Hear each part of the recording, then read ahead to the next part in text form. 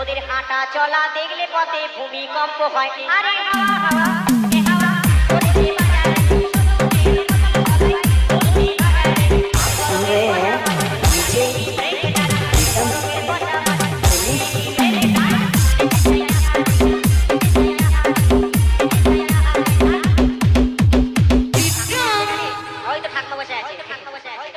ঠাকুমাদের কথা কি বলবো, শাড়ি ছেড়ে জামা ছেড়ে পড়ছে ফকমিনি।